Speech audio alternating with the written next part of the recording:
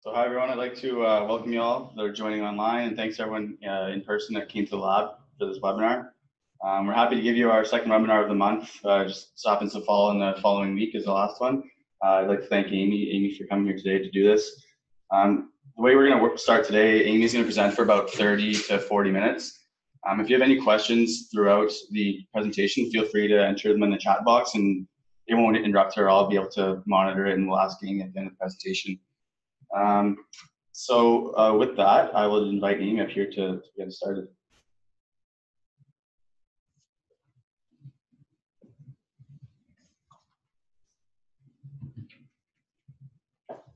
So hello everyone, my name is Amy and I'm currently completing my master's research in Computational Sciences here at Laurentian.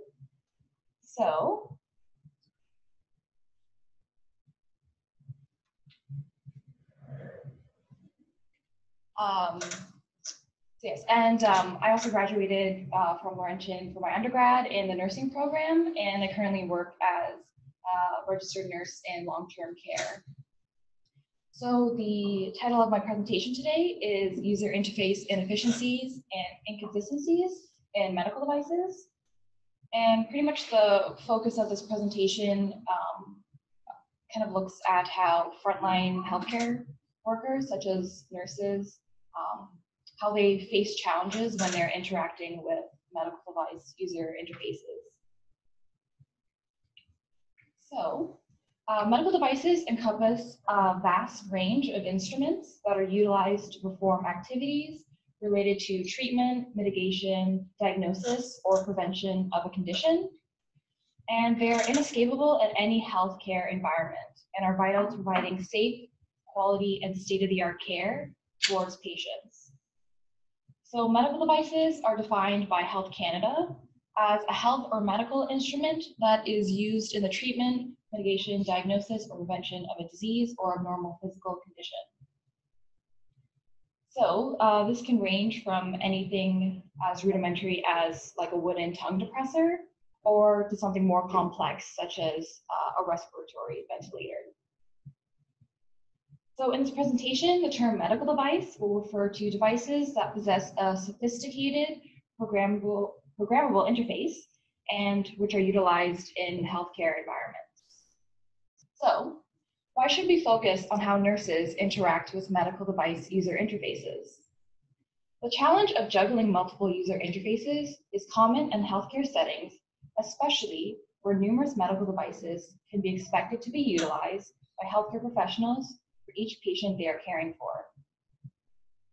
So if we consider a patient that is residing in an intensive care unit, so the ICU, such as one that's pictured here, it's common for these patients to be connected to upwards of 10 or more medical devices with 2 or 3 nurses coordinating their care at the same time. So a situation like this requires efficiency and accuracy from all devices and team members involved. So that's quite a bit of devices to interact with, and they all serve a different purpose. So within this unique situation, a nurse can be expected to rely on a separate mental model for each of the medical devices that they're expected to interact with. So as a result, this could mean a nurse in the scenario has 10 unique mental models to juggle when caring for this patient. So we can also consider scenarios where we are only focusing on one type of medical device. So medical devices of the same functionality, but from differing manufacturers, often possess their own unique user interface that may differ in software, their mental model, and or their physical design. So displayed on the slide are 18 medical devices. So all of these medical devices displayed actually accomplish the very same task. They're intravenous, so like IV infusion pumps. So they infuse a solution into a patient in a controlled manner. But as you can see, all 18 infusion devices, they possess a unique physical user interface design. And we can also remember that each of these infusion devices has unique software and mental model designs that are not evident until you actually interact with them. So these are just a small sample of infusion pump interface designs that are currently in use today. So some of you may be thinking, well, differences in each of these 18 infusion devices is not a major concern because when you're working at a hospital, you only have to become familiar with what's on the unit, but we're not considering some nurses that work in some other environments. So for example, northern and rural nurses who may frequently travel between these communities and say urban communities, where these urban communities are often upgraded with whatever's like the latest medical device model compared to northern and rural communities that are often equipped with secondhand medical devices that are noticeably dated. We get a lot of hospitals or just places up north or in the rural communities where they accept a lot of kind of equipment donations. So you really see like that mismatch equipment up there. And we can also look at home care nurses that may visit multiple homes in a day. And then each household might have a differing device compared to another household. So if a nurse is running around to say 5 homes and they all have intravenous infusion pumps, sometimes you can, these patients are getting these devices from other family members that maybe have gone through the same thing, or like yard sales even. So again, you'll see kind of like that mismatch. We can also consider float nurses who work in a different unit on each shift. So sometimes even different units in the same hospital, they might be equipped with devices from different manufacturers. So you can kind of consider like pediatric and just like geriatric, and just different units will have different types of devices. And you can also consider travel or disaster nurses. So those who temporarily relocate to new workplaces that utilize medical devices from an unfamiliar manufacturer. So an example of this was last year when they had the hurricanes in Texas, a call for international nurses was put out to temporarily work in Texas. So those are some examples. And as a result, the nurses working in these types of environments, they would have a higher chance of interacting with the numerous unfamiliar and inconsistent medical device user interfaces. So these nurses, they're educated in what the purpose of the device is and what they want the device to achieve, but programming the device using unfamiliar user interfaces may lead to decreased efficiency, frustration, and errors. So numerous inconsistent user interfaces aside, often medical devices are just not designed optimally. So nurses should not have to tailor themselves to meet the needs of the device, but rather the device should be tailored to meet the needs of the nurse.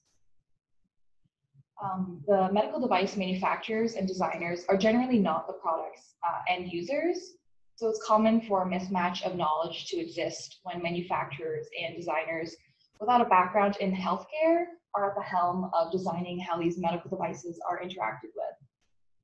So as a result, manufacturers fail to consider real-world influences that affect their device's use.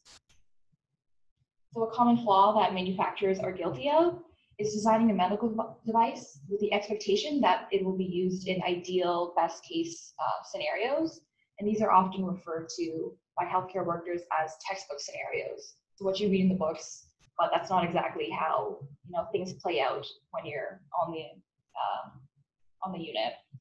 So, however, these textbook scenarios are far from the real-world situations that these medical devices are used in.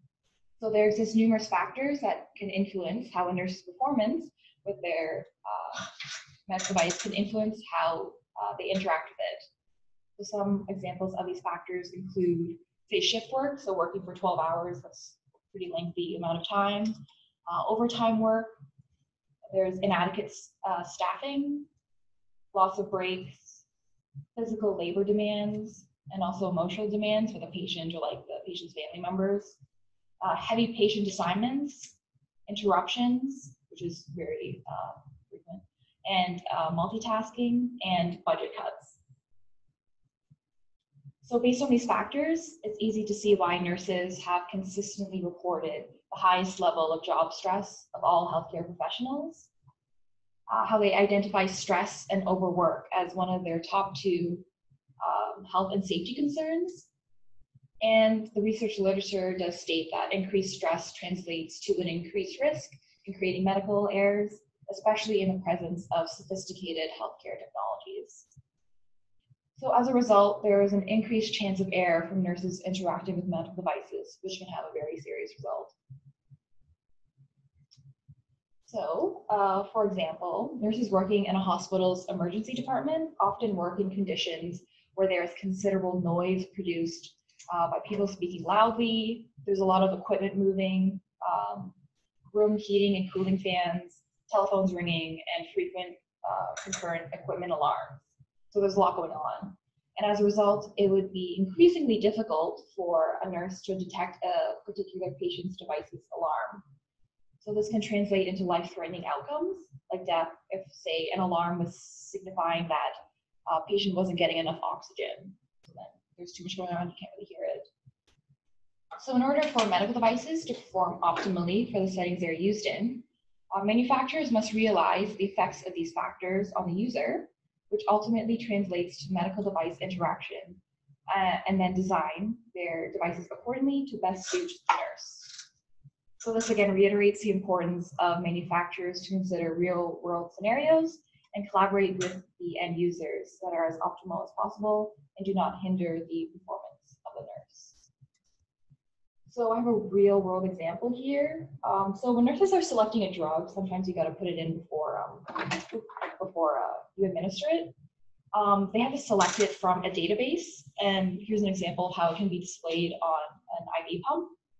So it can be easy for the nurse to incorrectly select the wrong drug since the names are similar in sound and appearance. So we can see here that both drug names, dopamine and dobutamine, they start with do and end with mine and are approximately the same length.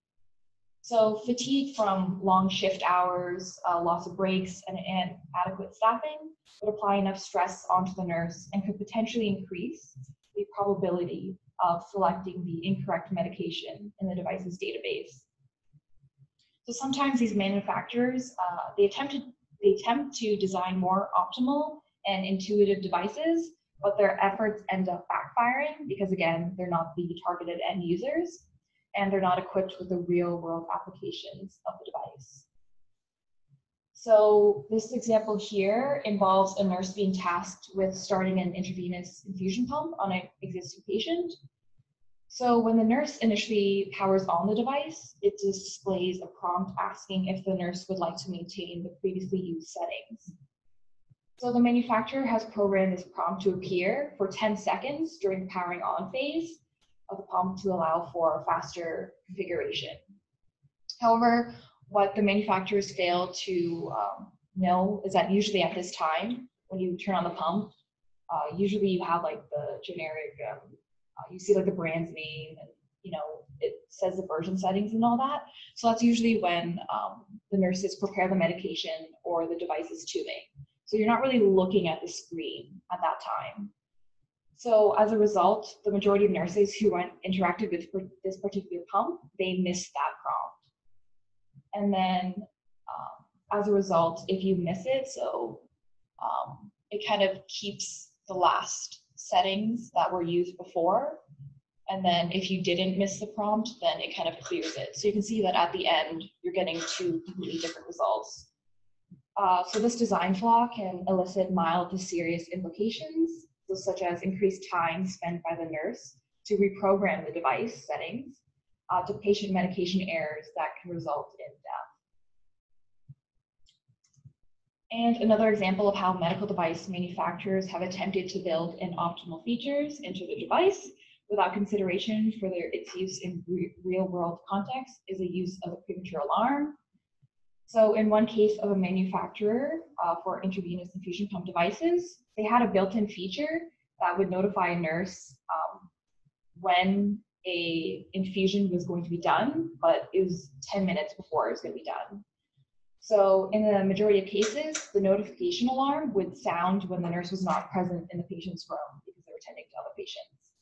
So documented instances of this stated that nurses would have to interrupt what they were currently doing to go back to the room and then just to shut off the alarm, and then they would have to come back 10 minutes after because that's when the infusion was actually done. There were other instances where the patient knew that the nurse wasn't going to be coming back in that time, so they kind of learned how to silence the alarms themselves. So, I mean, it just became like a patient nuisance. And there were other times where there would actually be another alarm that wasn't signifying the 10-minute, like it's almost up. It would be an alarm for, oh, this medication has stalled for whatever reason with the device. But the patient, because they're not, they don't really know how the device works, they ended up silencing the alarm, thinking it was a 10-minute pre-alarm. And then as a result, when the nurse comes back, they think it's done, when really that's the first time that they see that there's a problem with the device. And then you have other instances where the patient just endures the alarm for 10 minutes because, I mean, they don't want to touch it and the nurse is too busy to come back. So, yeah. So in this case, the manufacturer, they did have good intentions with wanting to notify nurses ahead of time when an infusion was expected to be finished soon. However, the mismatch between the manufacturer's idea of how the device would be used in practice and how it actually is used, it differed, and then resulted in interrupting nurses, annoying patients, and delaying patient care from nurses failing to recognize completed infusions from patients silencing an alarm. So in addition, this gave way to situations where an alarm would sound, So when nurses are met with user interface difficulties, workarounds often result. So we can consider the prompt displayed. So it says volume in the syringe is inadequate to deliver the programmed dose. Press confirm. So at this point, you're not really sure if you're confirming that the programmed dose is inadequate or if you're just confirming the prompt. So this happens a lot. So it's common for nurses to state that the wording used in sophisticated medical device technologies, they can be ambiguous and oftentimes confusing. So that can kind of stall what the nurse is doing. So it kind of takes time out of their task to figure out what's essentially going on. So a common example of intuitive medical device user interfaces found in the research involves common device functions such as selecting a new patient or changing the mode features. So the use of the on-off switch was identified as a common strategy to clear pump settings and to escape incorrect navigation paths. So say something didn't really line up with how you thought the device was going to perform. So having a different mental model, a lot of nurses just clicked the on and off, and then they would just restart from the very start. So the consequences related to patient safety for this action range from non-hazardous to potentially very hazardous. This was because it was time-consuming to repeatedly turn on and off the medical devices every time the nurse was unsure of where to navigate to. And whenever this restart occurred, it would increase the likelihood of a nurse forgetting to re-input information because they already did it before. So they kind of think, okay, it's still in there, when really they just forgot that they turned the device on and off. In addition, sometimes visual and auditory warnings are displayed so often that nurses begin to ignore the notifications, especially if the notifications do not normally elicit an emergency. So we see a lot of instances of like alarm fatigue. So a personal application of this topic that I've experienced firsthand relates to the use of parental feed pumps. So on the left is an image of what's currently used at Health Sciences North. So this is also what I was taught on in the LU nursing labs. So it essentially gets you prepared to administer the feed when you're at your clinical setting. So during my education, I was taught the purpose of this pump, what I wanted it to achieve, just how to work it in general. However, at my current place of employment, they don't use this pump. They use what's on the right. So it's a compact dual flow. And as you can see, the design for both of them, they're strikingly different. So this turned into me not really knowing how to operate this at my job. So I know exactly how I wanted it, what rate, what I wanted it to achieve, like how much flow from the water in the formula. But because I wasn't trained on it, and it's a different user interface, that really kind of took a lot of time out of what I needed to do at my job. So it ended up being where I attempted to program it, couldn't get it right, and then I had to wait for a nurse on another floor to come up, take time out of their tasks, show me how to program it, and then because of that, I was also kind of behind on my tasks.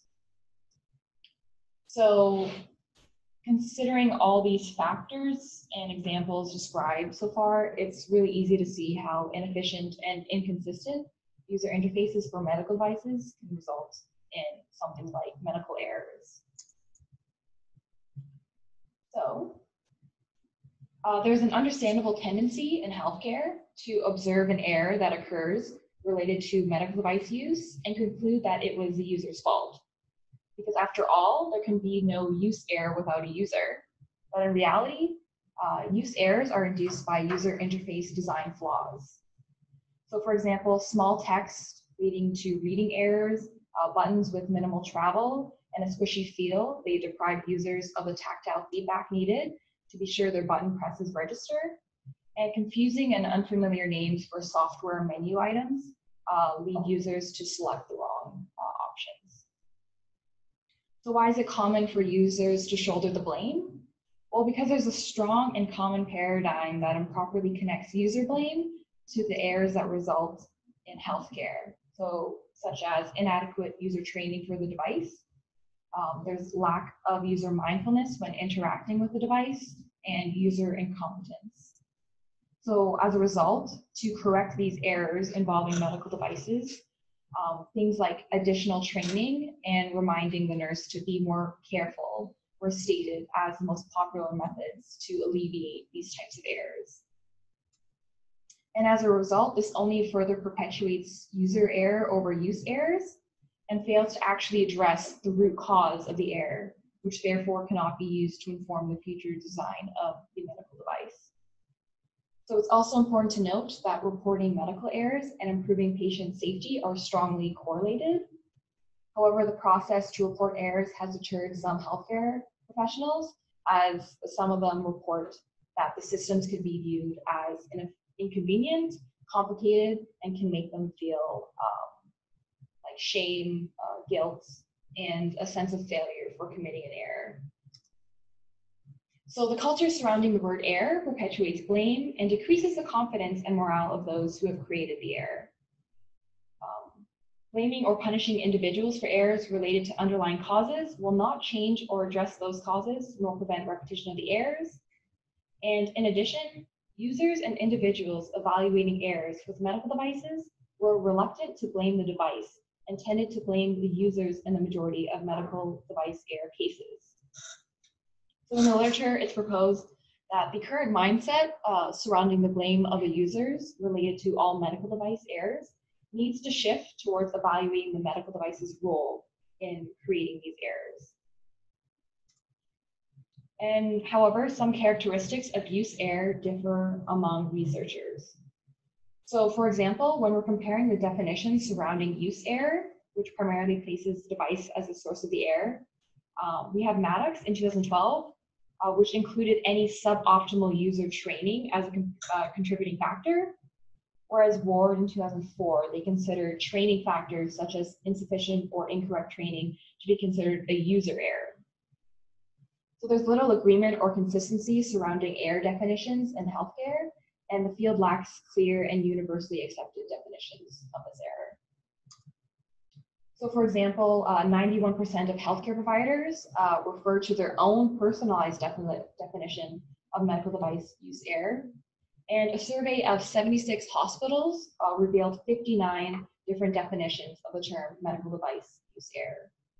So this lack of common language and inconsistency in error identification, it hinders systematic reporting of erroneous medical device events. And in addition, this inconsistency also limits the potential to learn from these events, since the possibility for learning is directly related to how potentially dangerous events are understood, interpreted, and categorized. So sometimes the root cause of an error seems obvious. So if we consider the case of a nurse who misreads the parameter above as 8.2 instead of 3.2, So one might jump to the conclusion that the nurse should have been more diligent when reading the information displayed on the screen. However, the purpose of root cause analysis is to consider beyond the top of mind causes which are identified by jumping to conclusions. So as a result, one might find that the numbers on the device's display were too small given the reading distance. So say if you're in like a really busy environment and there's just a lot of equipment, based on where you put this equipment, you might be like reaching over, or like it might all be on a wall. And that's not the ideal kind of viewing distance for this device. And although this may be the dominant root cause, it may not be the only root cause. So there may exist additional root causes that acted in combination to induce the use error, but they might not be as evident. So for example, poor contrast between the numbers and the background, glare on the screen, or image vibration due to the device's use in transit. So if it's a device that's meant to be kind of put in one spot, but instead it's being used in, say, an ambulance or a helicopter, or just on like something like a rolling stretcher. So are nurses on the same page when it comes to classifying errors? Well, Chips in 2011 and Furness in 2015 proposed that erroneous root causes were being incorrectly and inconsistently classified and reported due to biases that exist towards users of devices in healthcare environments due to the nature of blame culture. So Chips concluded that agreement about error classification and associated risk among registered nurses is less than optimal. So it was found that variables such as education, years of experience, clinical specialty, and current job role, they all influenced how an erroneous event was evaluated and where the blame was assigned. So for example, nurses with differing levels of experience tended to classify errors differently when considering the error's degree of harm, rarity of the event, and the perceived individual responsibility. So frontline healthcare providers, managers, and patient safety officers lack clear and universally accepted definitions of error, and this confusion surrounding the terminology distracts from the ability of healthcare providers to address safety events, enhance learning, reduce error reoccurrence, and improve safety at the point of care. So if the nurses are having difficulty uncovering and or classifying these root causes of medical device errors, is there a classification tool that exists to alleviate the problem? So in the current research literature, there exists no standardized method to consistently classify medical device use errors in a structured and unbiased manner. So here on the slide, it's the International Standard Organization statements, their clinical investigation of medical devices in human subjects. So this was created to assess the performance and safety of medical devices to improve patient safety. So this document, it contains this decision tree, and it classifies adverse events based on an event severity and involvement with individuals and devices. So the ISO's classification tool is ideal in that it recognizes that root causes originating from the medical device exist. However, its method to classify these errors is ambiguous. So it's essentially asking the assessor's opinion at the step that I highlighted if the device or the user made the error. So this is where bias is introduced into the tool. So allowing the incorporation of biased assessor opinions is problematic considering the heavy blame culture that exists in healthcare. And in addition, the varying levels of worker experience can influence the resulting label of the error, as well as the severity and seriousness of the error. So accurate and consistent classification of use errors is imperative because only through effectively identifying the use errors that are occurring can we properly correct these errors. So if we consider the following example with a publicly accessible automated external defibrillator, so an AED. So say this was located on public transit and was utilized during a cardiac arrest incident. So while it was being used, considering the space requirements on, if you consider like a bus, it had to be laid on its side instead of being laid flat, like in how it's recommended. So the device's position obstructed the speakers that were voicing directions and the cautionary statements to those who were using it. And as a result, the person on hand interacting with the device was unable to hear when the device was prompting them to deliver a scheduled shot to appropriately conduct CPR. So considering this example, who or what is to blame for the root cause of the error? Well, you'll get different answers depending on who you ask. So some would say, oh, the person, because they couldn't hear, they didn't follow the instructions correctly. And then you can really consider, well, this device really wasn't designed for the environment that it was used in. And as a result, it was kind of manipulated in a way where it kind of hindered the performance of using the device. So through this current technique, it's easy to understand how a single erroneous event involving a medical device can be interpreted with different root causes for the error. So this creates a problem with classification consistency, accuracy, and confusion in the literature, as well as in the healthcare environment. So a need exists to properly classify erroneous medical device events so that all members in the healthcare sector can increase their knowledge of the root causes of medical device errors to prevent them from occurring in the future. And allowing for the incorporation of biased assessor opinions in the classification process is problematic, considering the heavy blame culture that exists in healthcare, which often allocates the blame of errors towards the human counterparts involved. So considering what I presented so far, the need exists to push for medical devices that are designed better, are more optimal, and are created with real-life use cases in mind for the future. And in addition, increasing the visibility of use errors can shift the current blame culture that tends to allocate blame towards users.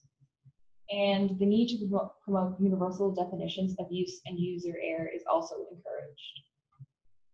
And there also exists a potential for user interface customizability among nurse users, so allowing nurses to further manipulate the user interface of the device that they use in order to create kind of their most optimal setup that meets their needs is ideal.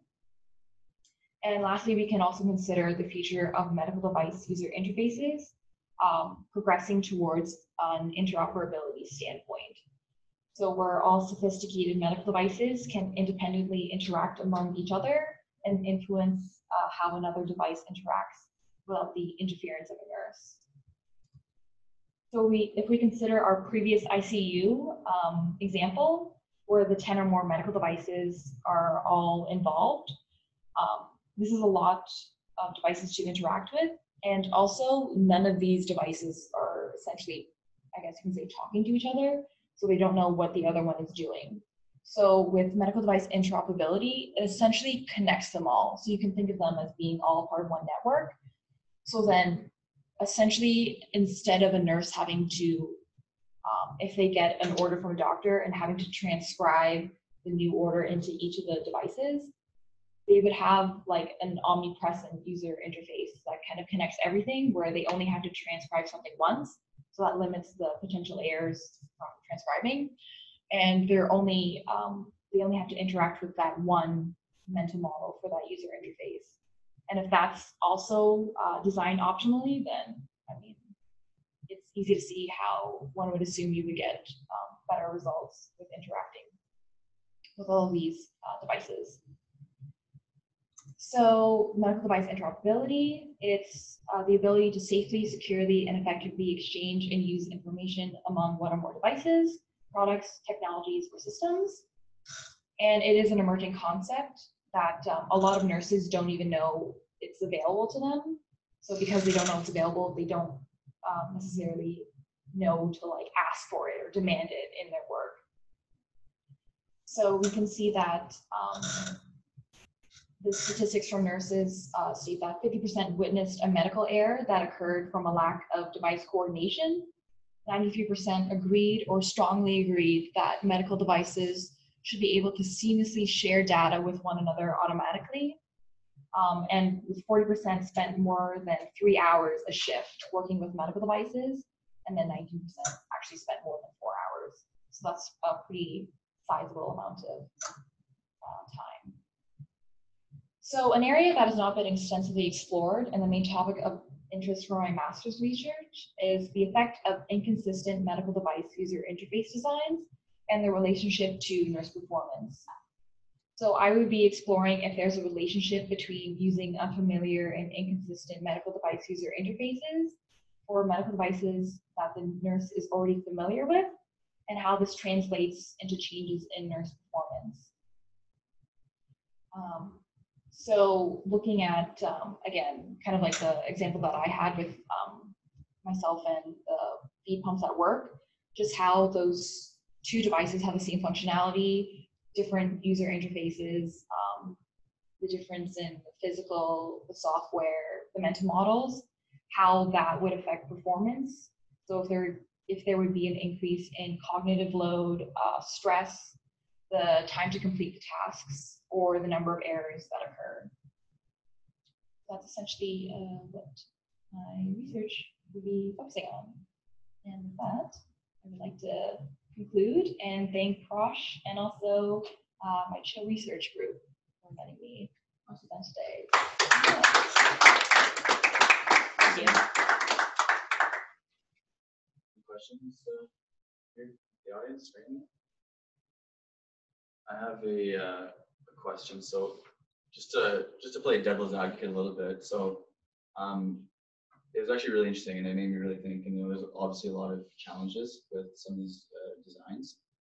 But is there like a benefit or an intent to make them really sophisticated and challenging, just so like patients aren't administering their own drugs, or people aren't playing with things and you don't know what you're doing? I think there's a purpose for that, right? So I know from personal experiences, just when you're sitting in a hospital room or you're visiting someone who's sick, you're looking around all the stuff. There's really no desire to touch any of the stuff because you have no idea what any of it is, and that might be a benefit, right? So I don't know if that's ever been thought of. Or I mean, in those scenarios, the patient really shouldn't be touching it, right. But it happens, right? It definitely happens, but you can in the literature, some kind of see how user interfaces that kind of take a bit more effort to utilize. They think that's somewhat of a good thing because it kind of makes you stop and kind of pause. But you don't want to essentially affect the main goal of the nurse. So you don't want to set them back too much in the tasks that they need to complete. You don't want to add to the stress that they're already experiencing, or the cognitive load, and you really don't want to increase the chances of making an error. Right. So, but is that a thought process? Do you think in the design of these manufacturers that are making these devices, they want it to be a little bit sophisticated first, so that only an experienced nurse or someone can use it? Or do you think that's not even in part of the discussion? From the literature I read, that wasn't something that I worked on. I think it's just assumed that. Right. Right. Okay. Yes. What's the biggest barrier to achieving that interoperability? Is it finances, basically? Yeah, finances and just visibility of even the option to have it. Because right when you introduce it to nurses, they automatically think this is the best thing. It reduces kind of those transcription errors.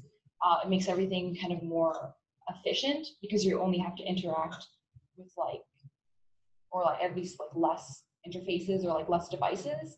But then because you have to build that network, it does cost a lot of money to kind of rehaul everything and get it into. Okay, so is it a matter of it's achievable with money, or is there also the issue where manufacturers actually need to talk to one another because everyone's individual device needs to be able to talk to this system? Yeah, so it definitely has to start from the manufacturers, because a lot of them like the idea of their brand identity and how they structure their device's user interface. So kind of telling them to be well, you have to let go of that to essentially achieve this bigger picture. A lot of them think, well, there's an advantage in mine. And I mean, if people consider the bigger picture, it'll decrease medical errors and increase efficiency, that's great, but there's definitely a roadblock in trying to get those manufacturers to kind of do that. So do you think training is the easier win? So you mentioned training as maybe being one of the problems that are contributing to some of these errors. Training comes from the viewpoint of you're still blaming the user. Right. So if you design a device that's efficient and optimal to begin with, then essentially you can argue that the user doesn't even need to be trained, right? Yeah. Because like it works with how they do their job. So. I was wondering what setting you're planning on doing your research in, like hospital or long-term care, or students, or It would be students, just because those are like, the ones here, it's most accessible. But yeah, just getting them to compare essentially what they already know, how to program on the IV pumps that are used at the hospital and here, and then just a different kind of interface and see like how that causes difficulties for them. Any other questions? Perfect. All right. Well, thanks, Amy. Appreciate it. Thank you so much.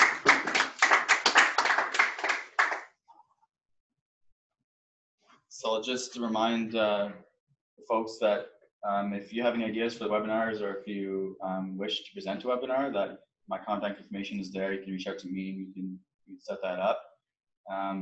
Our next webinar for November will be Dr. Mallory Leduc presenting her research that she's doing for her postdoc fellowship around the knowledge transfer toolkits that are addressing hazards in mobile equipment. So we're looking forward to that. Keep that date in mind and look for the registration page as it gets shared. And so with that, I just want to thank everyone for coming and for logging in online. Thanks.